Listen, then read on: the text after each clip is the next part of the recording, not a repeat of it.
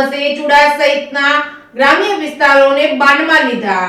ચુડા સહિતના ગ્રામ્ય વિસ્તારોમાં ગાઢ ધુમ્મસ છવાતા નયન રમ્ય દ્રશ્યો સર્જાયા હતા। શિયાળાની ગુલાબી ઠંડીમાં વહેલી સવારે ગાઢ ધુમ્મસ છવાતા ઠેર ઠેર નયન રમ્ય દ્રશ્યો સર્જાયા હતા। ગાઢ ધુમ્મસને લઈને વાહન ચાલકોને દૂરના દ્રશ્યો જોવા માટે લાઇટો ચાલુ રાખવાની ફરજ પડી હતી। ગાઢ ધુમ્મસ છવાતા હિલ સ્ટેશન જેવા દ્રશ્યો સર્જાતા પ્રકૃતિ પ્રેમીઓમાં એક અલગ જ આનંદ જોવા મળ્યો હતો। જ્યારે બીજી તરફ ગાઢ ધુમ્મસથી ખેડૂતોના શિયાળુ પાક અને જીરા જેવા સંવેદનશીલ પાકને જોખમકારક સાબિત થાય તેવી ભીતિ સેવાઈ રહી છે। હાલ આહલાદક વાતાવરણમાં ચાના રસિયાઓ ચાની ચુસ્કી લેવાનું ભૂલ્યા ન હતા। આ ગાઢ ધુમ્મસના કારણે મોડી સુધી સૂર્યનારાયણના દર્શન થયા ન હતા।